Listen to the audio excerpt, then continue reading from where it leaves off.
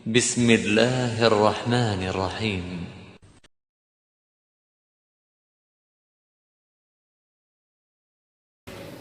Bismillahirrahmanirrahim. Assalamualaikum warahmatullahi wabarakatuh. Alhamdulillahirabbil alamin. Allahumma shalli wa sallim wa barik ala sayyidina Muhammadin amma ba'du. Alhamdulillah, bagaimana kabar Ananda kelas 3 semua? Masya Allah, barakallahu fikum. Mudah-mudahan kita semua dalam keadaan sehat walafiat sehingga siap untuk mengikuti pelajaran fikih untuk kelas 3 pada pagi hari ini. Bismillahirrahmanirrahim. Baik, siapkan bukunya ya. Sambil mendengarkan penjelasan Ustaz, kalian juga menyimak di dalam bukunya untuk fikih kelas 3 pada halaman 18, yaitu pelajaran 3, yaitu tentang menghilangkan najis.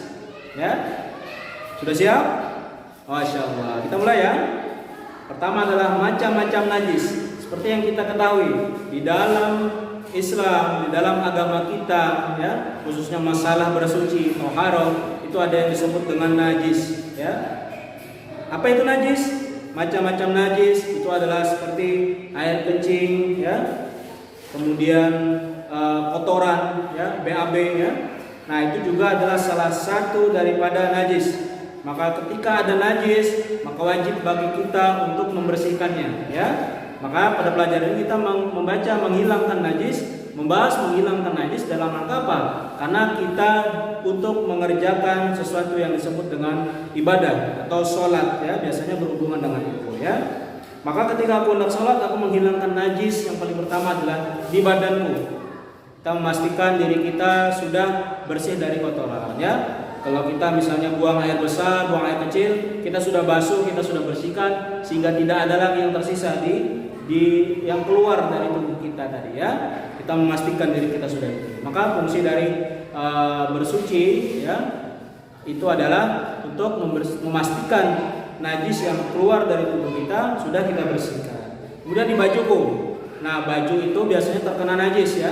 Terkena kencing, terkena BAB, ya, terkena kotoran kita biasanya, ya, atau kotoran hewan, ya, seperti kucing dan sebagainya. Maka kita pastikan pakaian kita itu tidak ada kena najis, ya.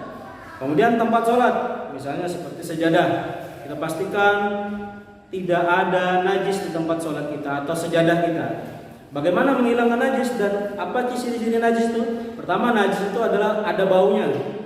Kalau kita cium ada bau-bau seperti kotoran, maka ini ada kemungkinan najis. Maka segera diganti. Kalau itu sejadah, itu diganti. Kalau baju diganti yang harum, ya. Kalau badan segera kita mandi, ya. Nah, itu. Allah Subhanahu wa taala telah memuji orang-orang yang bersuci sebagaimana firman-Nya, "A'udzubillahi minasyaitonirrajim. Wallahu yuhibbul mutahhirin." Dan sesungguhnya Allah menyukai orang-orang yang bersuci. Quran surah At-Taubah ayat 108.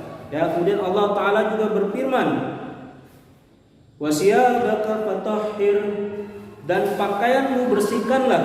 Di Quran surah Al-Mudaththir ayat 4. Ya, jadi ini membuktikan bahwa Allah itu menyukai orang-orang yang bersuci atau orang-orang yang bersihkan diri, ya, atau orang-orang yang berwudu tadi, ya. Mutahhirin, ya, orang-orang yang bersuci atau yang berwudu tadi, ya. Jadi dia suka membersihkan dirinya, mandi, berwudu dan sebagainya, ya. Kemudian di surah Al-Mudaththir ini ada perintah juga, bersihkanlah pakaianmu, ya. Maksudnya apa? Pakaian kita juga pastikan tidak kena najis, ya.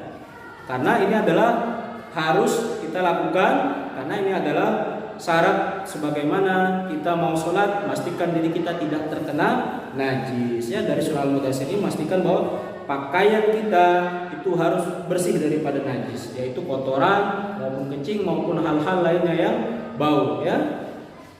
Kemudian ada sebuah cerita dahulu, ya, bahwasanya pada zaman Rasulullah Muhammad SAW itu ada seorang Arab Badu yang kencing di dalam masjid, ya. Padahal kita tahu masjid itu haram untuk dikencingi atau dikotori, kan. Tapi karena dia orang yang tidak berpendidikan, orang yang tidak mengenal Islam, ya, maka dia sembarangan aja kencingnya, ya. Dia kencing di masjid, ya. Kemudian Rasulullah SAW ya mengatakan kepada kepada para sahabat tadi setelah Arab Badu itu selesai kencing, ya Rasulullah ini tidak melarangnya kencing ya. Maksudnya tidak melarang kencing, dia sudah terlanjur kencing di situ, ya sudah selesaikan. Tapi setelah itu dibersihkan, kemudian Rasulullah SAW bersabda, Inna hadhil masajid la tasluhu bisyai'in min hajal bauli walal qadari. Artinya adalah sesungguhnya ini adalah masjid, tidak boleh untuk dikencingi atau dikotori.